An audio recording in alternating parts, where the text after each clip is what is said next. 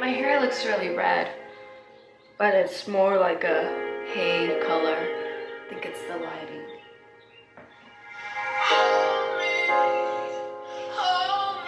Like it's over. Alright. Hey guys, it's been a while. I'm gonna do a green smoothie talk because I can't really do coffee. That's my laundry.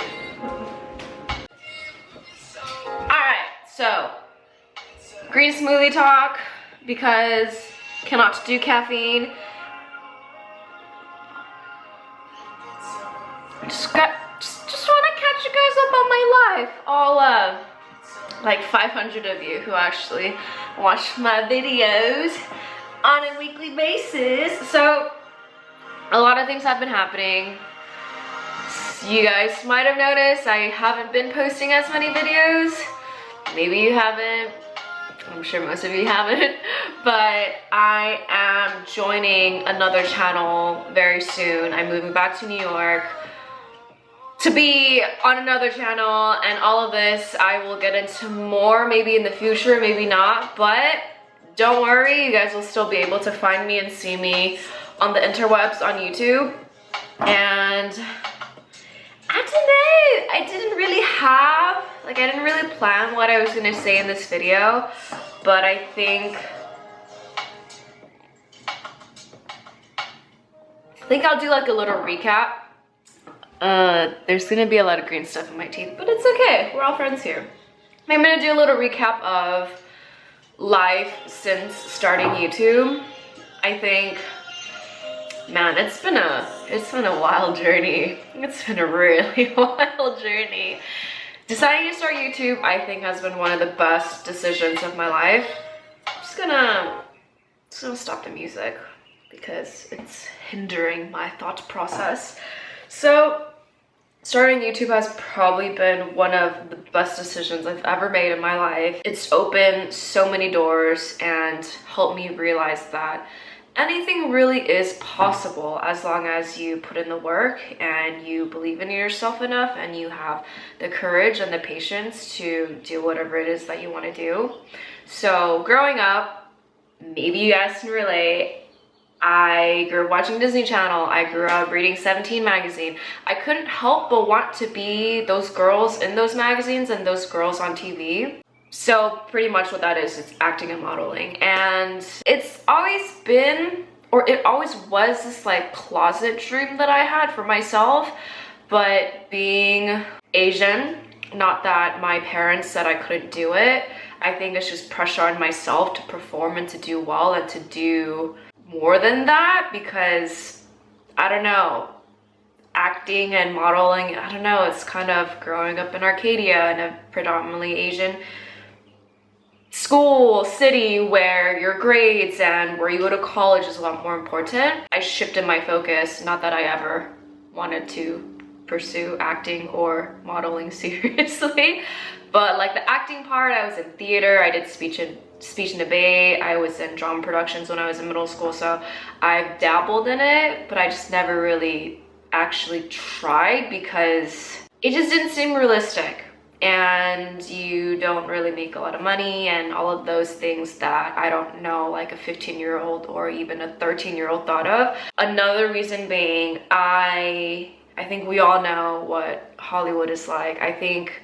we all know what that industry is like and what that industry is known for. Growing up, I think I knew that I didn't want to sell my soul nor my body to advance in my career. So I went and got a business degree instead. Going back to starting this YouTube channel, I think it just reminded me, my thoughts are all over the place and super jumbled, but La La Land, where Sebastian, Ryan Gosling, tells Mia, Emma Stone, she used to write plays when she was little. So he's like, why don't you just write plays, star in your own play, and get discovered that way, instead of playing the game that everyone is playing, going to auditions back to back where no one really cared about you and just kind of treated you like shit and pretended like you didn't exist and did not value your time.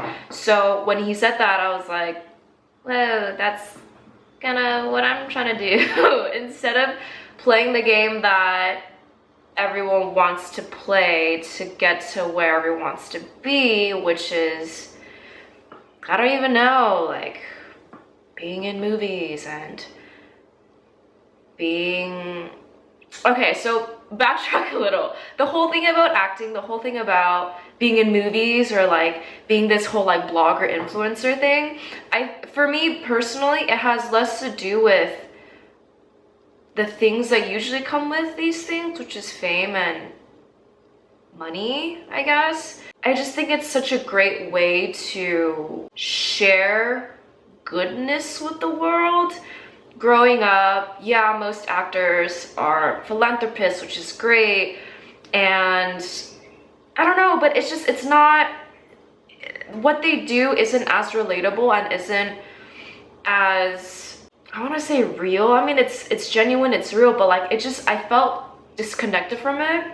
And then you have your rise of the bloggers and the influencers within the past decade or less, and they're all doing amazing things, creating amazing content, but I don't know, like posting pictures, like posting pretty pictures of yourself, posting pretty pictures of your face done up and you dressing really nicely with all these designer things and yourself in a bikini. While there's nothing wrong with that, I feel like the influencers today, they can leverage their platform for so much more good. All the young boys and girls who look up to these influencers, celebrities, whatever, they can address so many other more important things than like, hey, look into my body. And again, there's nothing wrong with that, but I just feel like I've just seen so much and I see the potential of how awesome these social media platforms are and how amazing it could be if, let's say, an influencer addresses publicly something about, and there are people doing this, but I just don't think there's enough of, you know, struggles they went through, or being super honest about how they're not okay, or teaching younger kids or telling younger kids that like, hey, it's fine to not know what you're doing, it's fine to be sad sometimes as long as you're working towards something, or as long as you're, you know, trying to get better. That's why I started all of this, so that if things do happen and my channel or my personal brand or whatever, people start following me, or people like me who no, I cannot do. Let me just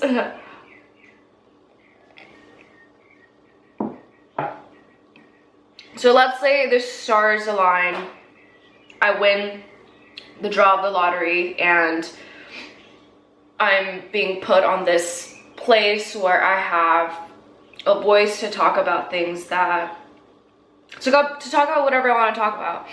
I would definitely leverage it for the things I've been talking about on this channel, besides the thrifting stuff.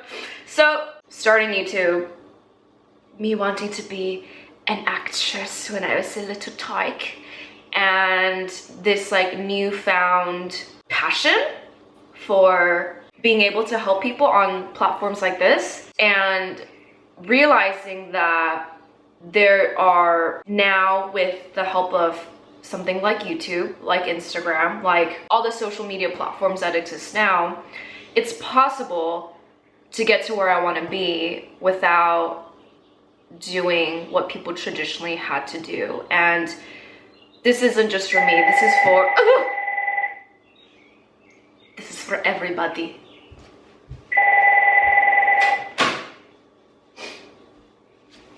So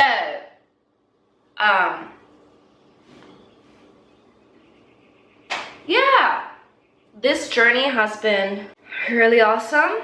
I've learned a lot about myself. I've learned even more about who I am and what I want, and it's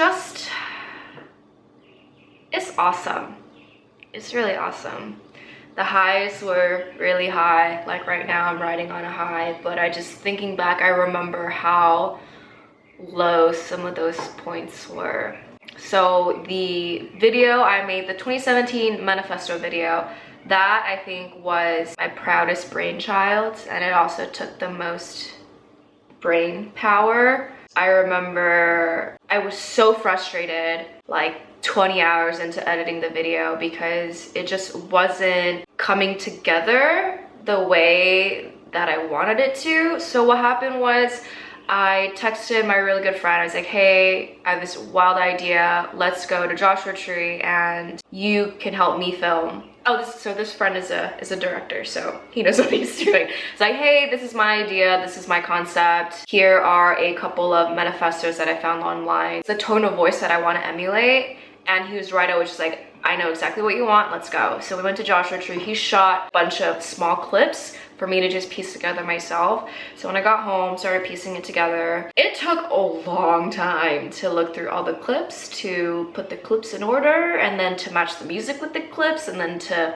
voiceover, like record my voiceover. And like before recording the voiceover, I had to write it out, and then making everything fit, getting everything to fit. It was so frustrating because for the longest time, for like the first, I think 8/10 of the time, 8/10 of the time, basically for, let's say I worked on it for 3 days straight. For the 2 days, 2.5 days, 2.75 days, it just wasn't looking the way that I wanted it to look. So I got really frustrated. When it finally came together, when it finally started taking form, I started crying because I was just like, I think this is it.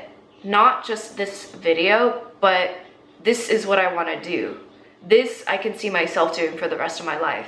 And that was insane because I've never wanted to do anything in my life for the rest of my life. Because one thing I realized about myself is growing up, I was such a perfectionist and I was so anal, and I hated failing and I hated losing, that I realized if you never commit yourself to anything, you'll never fail. So I never committed to anything.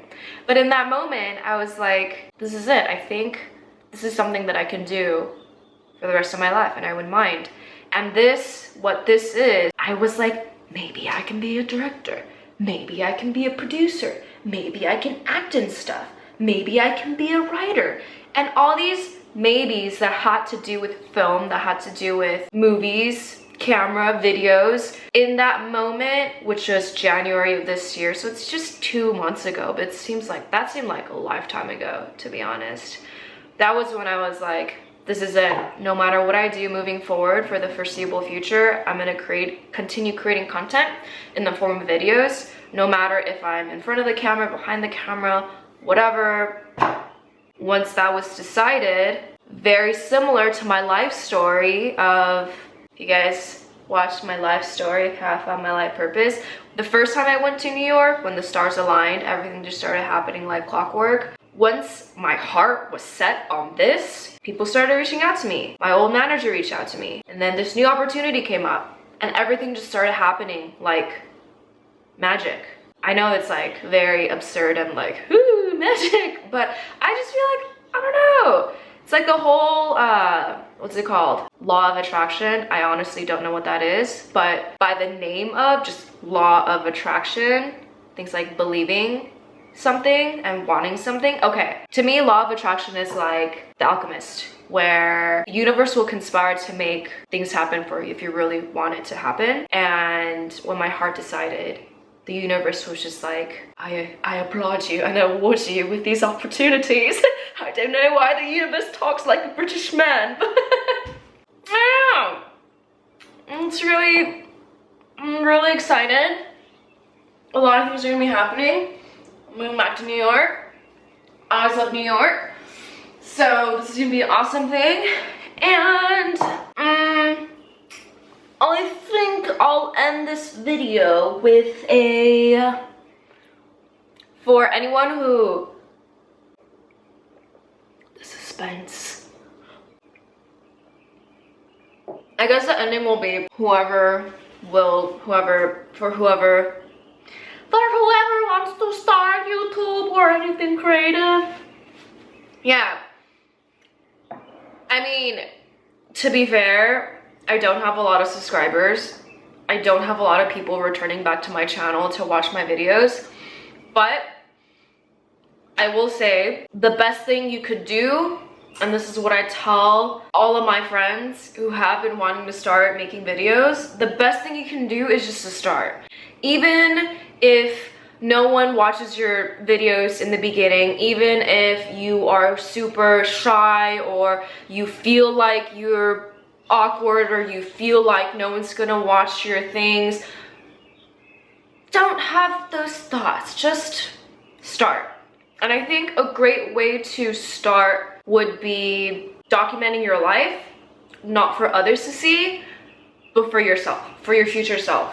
So when you frame, I don't know, like the human brain is such an interesting thing that it's so easy to trick yourself into believing something else, even if the results will be the same. So let's say if you're like, oh my god, I wonder who's gonna watch my stuff, I wonder if anyone's gonna like it. If your thought process is going down that path, then you're never gonna start, because you're so paranoid and so anxious about what other people are gonna think that it's pretty much paralysis analysis where you just will never do anything. But let's say you're like, hey, I'm going to film my life, or I'm going to document the struggles that I have as a 20-something-year-old girl who's on a quest to find her life or to figure out what she's gonna do after college. And you just kind of document very, you know, like easily and document very easily. You just are very candid about your feelings, what you're going through, whatever. You can kind of do vlogs of your life, of how your life is awesome or not that awesome, or it's a combination of both, because that's the reality of life. And instead of it being a showcase of your life for the outside world, it's a personal portfolio for yourself to look back on when you're 30 or when you're 40 or when you have kids and you're like, hey kids, this is what mom used to do when she was younger, and this is how she found what she loved to do and found her voice on the interwebs. This is how you think outside of the box to arrive at the same destination by taking a much shorter and much more self-fulfilling path where you won't feel like you're selling yourself short or you're selling your soul. All of this is just basically, it's a mindset that you have, and I think it's a growth mindset where you're constantly learning and growing and curious, and you are open to changes and open to growing as a person and adaptable to things that happen in your life, as opposed to having a fixed mindset of, oh, this is my life. You just accept things as they happen to you because you just feel like your life is just the way it is and you have no power to change it.